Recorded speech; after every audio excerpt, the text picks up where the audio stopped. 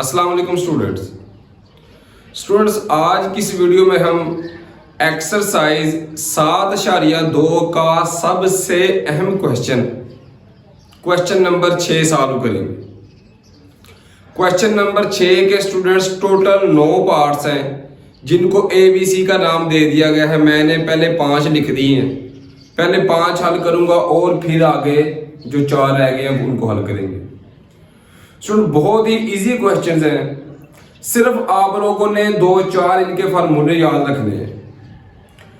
अगर हम बात करें पहले क्वेश्चन की तो फर्स्ट पार्ट है 7 × -9 से गुजरने वाला उफ़क़ी खत। सवाल है मसावात मालूम करें। हमने इससे गुजरने वाला जो उफ़क़ी खत है उसमें से जो मसावात बनती है वो हमने मालूम करनी है। एक लफ्ज पे गौर करना है, ये लफ्ज है उफ़क़ी। अगर हमें ये पता हो कि उफ़क़ी और दूसरे पार्ट में है अमूदी, ये पता हो कि उफ़क़ी और अमूदी क्या है, तो ये पार्ट्स आप 1 सेकंड में हल कर सकते हैं। उफ़क़ी स्टूडेंट होते हैं, अगर हम एक्स वाई की बात करें तो जब हम ये बनाते हैं प्लेन एक्स वाई प्लेन, हमें पता है ये एक्स की वैल्यू है, इधर एक्स जमा इधर एक्स माइनस, सेम इसी तरह ये वाई जमा और ये वाई माइनस। उफ़क़ी का मतलब होता है स्टूडेंट्स एक्स एक्सिस की सिमत में, मतलब यहां से हम कह सकते हैं, अगर हम ड्रा करना चाहें तो इसको इस तरह कह सकते हैं, ये हो गई ये मतलब जो एक्स की सिमत में हो उसको कहते हैं स्टूडेंट्स उफ़क़ी का। स्टूडेंट जिस तरह एक्स की सिमत में होगा, इसकी बात करें इसकी, तो कोई ना कोई वाई की वैल्यू होगी, एक्स की वैल्यू नहीं होगी। क्योंकि ये देखिए, अगर हम इसकी बात करें तो इसमें y की कोई ना कोई वैल्यू है, इसकी बात करें तो y की कोई ना कोई वैल्यू आ रही है। मतलब उफ़क़ी साइड पे हमारे पास y एक्सिस की वैल्यू होती है, y की वैल्यू होती है। जबकि अगर अमूदी की बात करें स्टूडेंट तो ये है अमूदी, इस तरह अमूदी होते हैं y की सिमत में, इस तरह ये है अमूदी। उफ़क़ी में हमारे पास y की वैल्यू होती है और अमूदी में हमारे पास x की। इन दो की अगर बात करें तो हमें पता है पहला x वाला दूसरा y वाला, ये उफ़क़ी है, इसका मतलब है कि हमारे पास y की वैल्यू होगी। तो जो y की वैल्यू हमारे पास कितनी आ रही है, ये आ रही है -9। ये हमारे पास y की वैल्यू, y बराबर है -9। ये -9 था, इधर आगे जमा 9 हो जाएगा तो हम लिखेंगे y जमा 9 बराबर है 0। तो ये हमारे पास मसावात बन गई। इसकी बात करें अमूदी है, ये होते हैं अमूदी, इसका मतलब है कि x की कोई ना कोई हमारे पास कीमत होगी। तो x की कीमत क्या है हमारे पास, ये आ रही है -5, तो लिखेंगे x बराबर है -5, ये x की वैल्यू है। -5 है, उधर जाके जमा 5 हो जाएगा तो हम लिखेंगे x जमा 5 बराबर है 0। ये हमारे पास इसकी मसावात आ गई, ये हल हो गई। अब बात करते हैं 3rd, 4th और 5th पार्ट की। सुनिए, ये सारे ही सेम एक ही तरीके से हल होते हैं और वो तरीका क्या है, वो है फार्मूले वाला ये तरीका। स्टूडेंट हमें पता है कि ढलवान को हम m से हल करते हैं और जो x ऐसे आ जाएगा, x1 और y1 क्या है, ये हमारे पास वैल्यूज हैं। ये x1 की वैल्यू, ये y1 की। इसकी बात करें तो ये x1, ये y1, ये x1, ये y1 और m होती है ढलवान। तो फार्मूले में सिर्फ हमने वैल्यू पुट करनी है। तो अगर 3rd पार्ट की बात करें तो इसमें देखें ढलवान है 7, मतलब m की वैल्यू हमारे पास कितनी है, वो है 7। पहले हम फार्मूला लिख लेंगे, y माइनस y1 बराबर है m यानी ढलवान इंटू x माइनस x1। यहाँ पे सिंपली वैल्यू को पुट कर देंगे, y स्टूडेंट ऐसे ही आ जाएगा माइनस y1 की वैल्यू हमारे पास कितनी है, ये है 5 बराबर है स्टूडेंट m क्या है, m है ढलवान, तो ढलवान की वैल्यू है हमारे पास 7 इंटू x माइनस x1 की कीमत है हमारे पास -6। तो ये देखिए y माइनस 5 बराबर है 7 इंटू x माइनस माइनस क्या होगा, जमा, ये आ गया जमा 6। तो y माइनस 5 बराबर है 7 को अंदर मल्टीपल करेंगे, 7 जब x के साथ होगा तो 7x जमा 7 6 कितना हो जाएगा, ये हो जाएगा 42। अब क्या करेंगे कि हमने x की वैल्यू पॉजिटिव रखनी होती है। तो ये दोनों उठा के उधर ले जाएंगे, तो इधर बच जाएगा 0 बराबर है 7x। फिर हम इसके बाद लिखते हैं y वाला। चले हमेशा किस तरह 7x जमा 42, ये जमा y था उस साइड पे जाके माइनस y हो गया, ये -5 था उधर जाके जमा 5 हो गया। अब यही हमारा आंसर आ जाएगा। हम क्या लिखेंगे 7x, इसके बाद y वाली वैल्यू -y आ गया। अब 42 जमा 5 किया स्टूडेंट, तो ये आ गया जमा 47 बराबर है 0। तो बराबर 0 इस साइड पे भी लिख सकते हैं या बराबर 0 उस साइड पे भी लिख लें, इससे कोई फर्क नहीं पड़ने वाला। इस तरह ये हमारा थर्ड पार्ट का आंसर हो गया। अब फोर्थ पार्ट की बात करें तो इसमें भी इसी तरीके से कि x1 और y1 है, उसके अलावा हमारे पास ढलवान यानी m की कीमत है। तो पहले लिखेंगे फार्मूला y माइनस y1 बराबर है m into x minus x1। ये आप लोगों ने याद रखना है। अगर कहे ना मसावात बनाए, एक पॉइंट दिया गया हो जिस तरह का ये है और एक ढलवान हो, तो उसमें ये फार्मूला इस्तेमाल होगा y माइनस y1 बराबर है m into x minus x1। यहाँ पे वैल्यू पुट कर देंगे स्टूडेंट। तो देखिए y माइनस y1 की वैल्यू हमारे पास कितनी है, ये है -3 बराबर है m है ढलवान, ढलवान की कीमत है 0 इंटू x की कीमत है, x हमने मालूम करना है -x1 की है 8। अब इस रकम के बाद क्या है 0 जब भी किसी रकम के साथ मल्टीपल होता है, ज़रब होता है, तो उसका आंसर क्या आता है स्टूडेंट 0। तो लिखेंगे y माइनस माइनस हो जाएगा जमा 3 बराबर है 0। जब मल्टीपल होगा तो आंसर क्या आएगा 0। इस तरह ये स्टूडेंट्स हमारा आंसर आ गया हमारे फोर्थ पार्ट का। अब बात करते हैं फिफ्थ पार्ट की। इसमें भी इसी तरह ये x1 और ये y1, उसके अलावा ये हमारे पास ढलवान की वैल्यू है, ये गैर वाज़िया। चलो गैर वाज़िया को इंग्लिश में कहते हैं अनडिफाइंड यानी इन्फिनिटी। अब इन्फिनिटी कैसे आता है, जब भी 0 नीचे होगा बटे के तो हमारा उसका आंसर आएगा गैर वाज़िया या इन्फिनिटी। अगर मिसाल के जरिए बात करें 1/0 लिखिए तो इसका हमारे पास आंसर आएगा एक गैर वाज़िया या इन्फिनिटी। 2/0 लिखे फिर भी इसका आंसर क्या आएगा इन्फिनिटी या गैर वाज़िया। तो हम क्या करेंगे, ढलवान जो गैर वाज़िया है इसका मतलब है कि m की कीमत हम 1/0 लिख सकते हैं, क्योंकि 1/0 का आंसर हमारे पास अनडिफाइंड आता है। अगर आप कैलकुलेटर पे लिखे ना, लिखे 1/0 लिखे तो वो मैथ एरर आएगा, बेशक लिख के देख ले। तो मैथ एरर का मतलब होता है कि वो गैर वाज़िया है, अनडिफाइंड है। तो इसलिए हम जो ढलवान है वो 1/0 इस्तेमाल करेंगे। इसी तरह पहले फार्मूला लिख लेंगे y माइनस y1 बराबर है m into x minus x1। यहाँ पे वैल्यू पुट कर देंगे स्टूडेंट, y ऐसे ही आ गया माइनस y1 की वैल्यू देखिए हमारे पास कितनी है, ये है 5 बराबर है m है गैर वाज़िया, इसकी जगह पे लिखेंगे 1/0। तो x ऐसे ही आ गया माइनस x1 की कीमत है हमारे पास -8। अब ये देखें 0 इधर क्या हो रहा है तकसीम, जब दूसरी साइड पे जाएगा स्टूडेंट तो ये जाकर क्या हो जाएगा मल्टीपल यानी ज़रब हो जाएगा। 0 तकसीम है, इधर जाके ज़रब।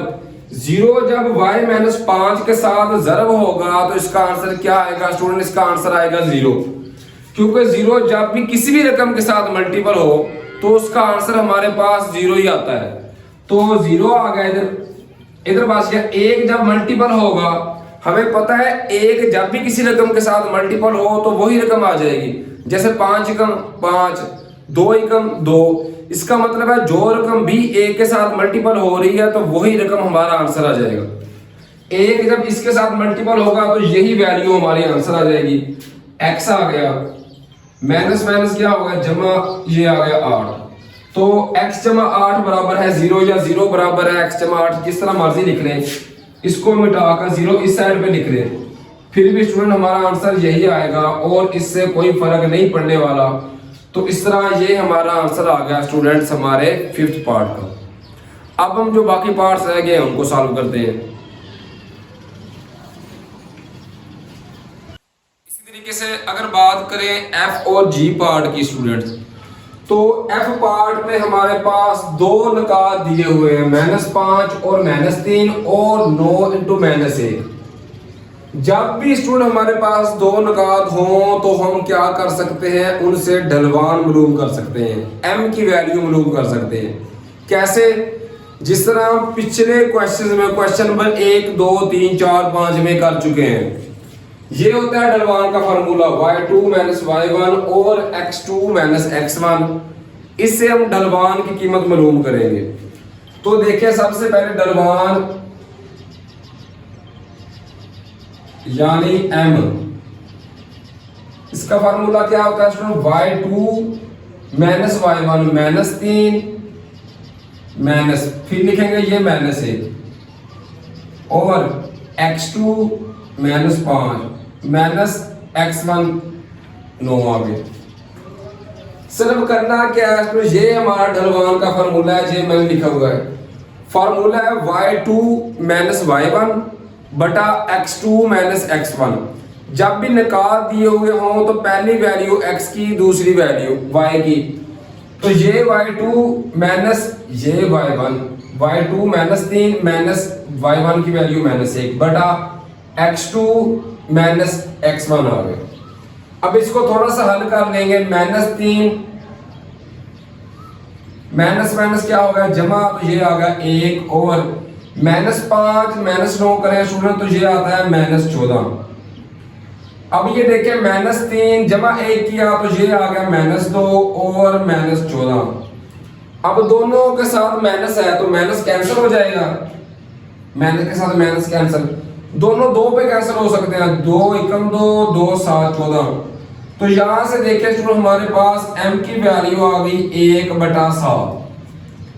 जब m की वैल्यू हो तो हम क्या करेंगे, उसके बाद वही फार्मूला लगाकर y y1 बराबर है m इंटू x x1 वाला फार्मूला लगा के उसको आगे हल कर लेंगे। तो मैं लिख रहा हूं formula y y1 m into x x1।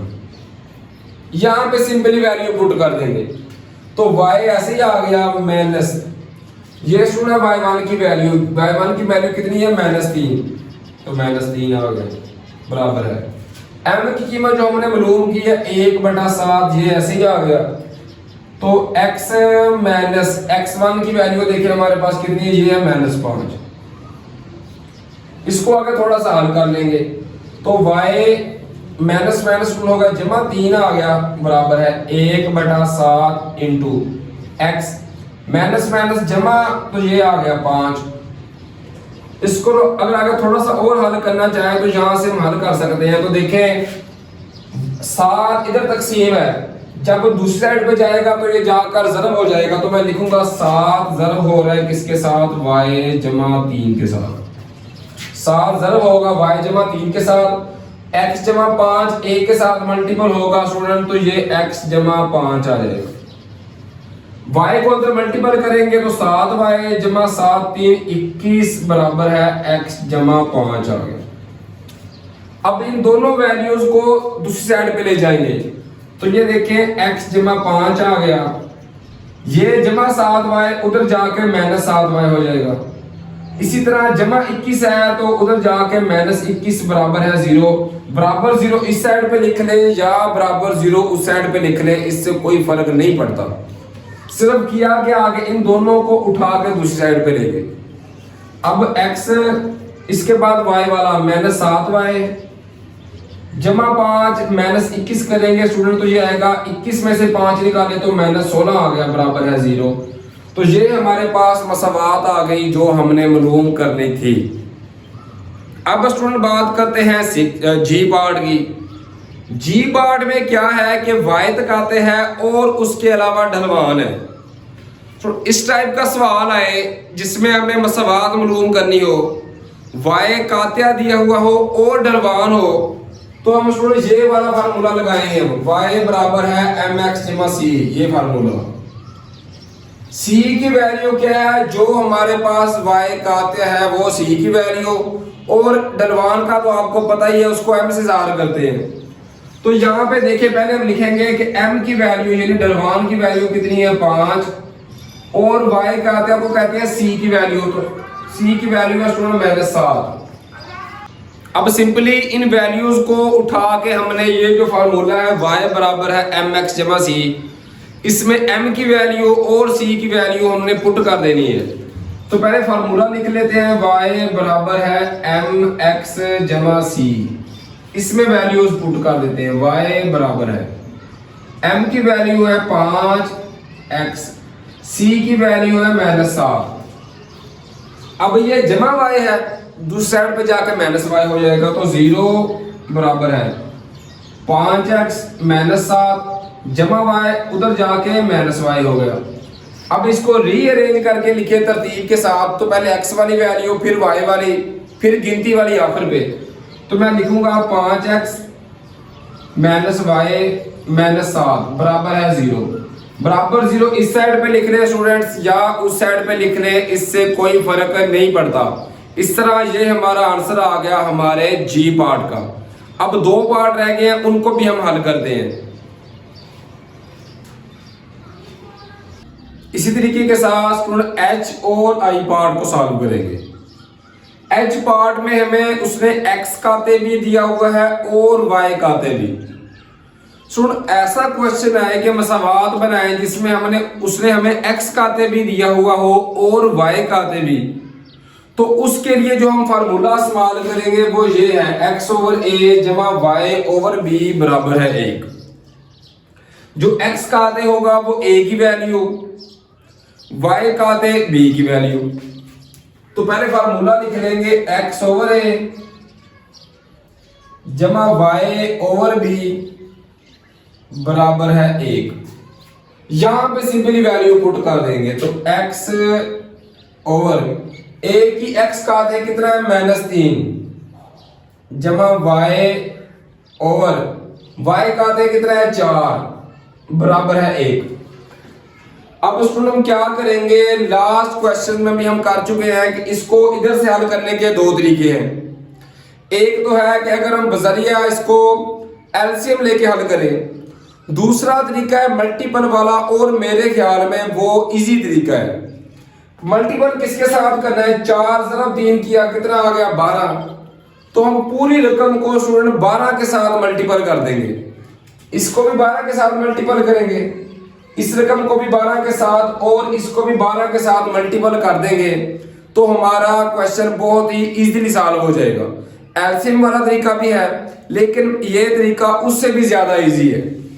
तो मैं क्या कर रहा हूं, 12 के साथ मल्टीपल कर रहा हूं स्टूडेंट। तो ज़रब 12 इसके साथ भी लिख दूंगा, ज़रब 12 इसके साथ भी और ज़रब 12 इसके साथ भी। अब देखिए 3 एकम 3 3 4 12, तो स्टूडेंट क्या बच गया, माइनस बच गया, साथ 4x आ गया। तो मैं लिखूंगा -4x जमा, यहां पे देखें 4 एकम 4 4 3 12, तो कितना बच गया 3y, तो ये 3y लिख लिया बराबर है। अब इसके नीचे तो कोई कैंसिल होने वाला नहीं है, तो 12 ज़रब 1 किया, 12 एकम कितना आ गया 12 आ गया। अब वही उसूल आपने याद रखना है कि x की वैल्यू जमा की आनी चाहिए, ये माइनस की है, तो इन दोनों को उठा के उधर ले जाएंगे। ये -4x था तो उधर जाके जमा 4x हो गया, जमा 3 था उस साइड पे जाके -3 हो गया, तो 12 तो उस साइड पे पहले ही था तो वो ऐसे ही आ जाएगा बराबर है 0। इन दोनों को उठा के उधर ले गए ताकि x की वैल्यू जमा की आ जाए, तो माइनस था जमा हो गया, ये जमा था ये माइनस हो गया, ये 12 ऐसे ही आ गया। तो ये हमारे पास मसावात आ गई जो हमने मालूम करनी थी, x काते और y काते। अब लास्ट पार्ट की बात करें तो ये भी इजी है। इसमें देखें एक तो ढलवान है हमारे पास, ढलवान को हमें पता है किसके साथ ज़ाहिर करते हैं, m के साथ, ये वैल्यू है -4 और उसके अलावा x काते हैं। सुन, जब भी इस तरह का क्वेश्चन हो कि एक काते हो और एक ढलवान हो, यानी x काते हो, अगर x काते होगा तो काते का क्या मतलब है कि x को काट रहा है किसी नंबर पे। तो अगर शक्ल में रहना चाहे, फिगर की बात करें, तो ये हमारे पास XY प्लेन हो गया, ये x जमा और ये x माइनस, सिर्फ इस तरह ये y जमा और ये y माइनस होता है। x काते का मतलब है कि x की वैल्यू है 9 -9, तो यहाँ पे x काट रहा है, यहाँ पे देखिए कहीं ना कहीं हमें पता है कि जब x की जगह पे काटेगा तो y की वैल्यू कितनी होगी 0। तो अगर इसके पॉइंट्स बनाना चाहें तो हम लिख सकते हैं -9 × 0। ये पॉइंट अब मैंने कैसे लिख दिए, ये होती है x की वैल्यू और ये y की वैल्यू। x की वैल्यू कितनी, x काटे 9 है, -9, x को -9 पे काट रहा है। जब भी x एक्सिस पे काटेगा तो वहां पे y की वैल्यू हमारे पास 0 होगी, तो मैंने y की जगह पे 0 लिख दिया।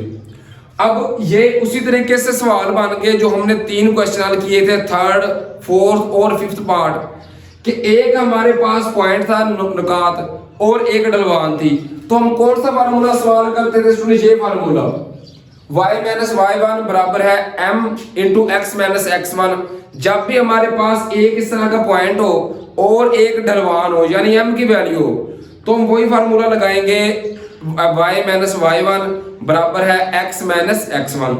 तो फार्मूला पहले लिख लेते हैं, y - y1 बराबर है m × x - x1। यहां पे वैल्यू पुट कर देंगे, तो y1 की वैल्यू कितनी है 0 बराबर है m की वैल्यू कितनी है -4, x1 की वैल्यू कितनी है -9। तो y -0 किया तो ये y आ गया बराबर है -4, x माइनस हो गया जमा। अब क्या करेंगे, -4 को अंदर मल्टीपल करना शुरू कर देंगे, y बराबर है ये आ जाएगा -4x जमा माइनस आ गया, तो 9 4 कितना आ गया 36 आ गया। अब क्या करेंगे, उसी तरीके के साथ एक ही रूल को फॉलो करना है, और वो क्या है कि x की कीमत हमारे पास जमा में आनी चाहिए, जबकि यहाँ पे हमारी x की वैल्यू माइनस में आ रही है।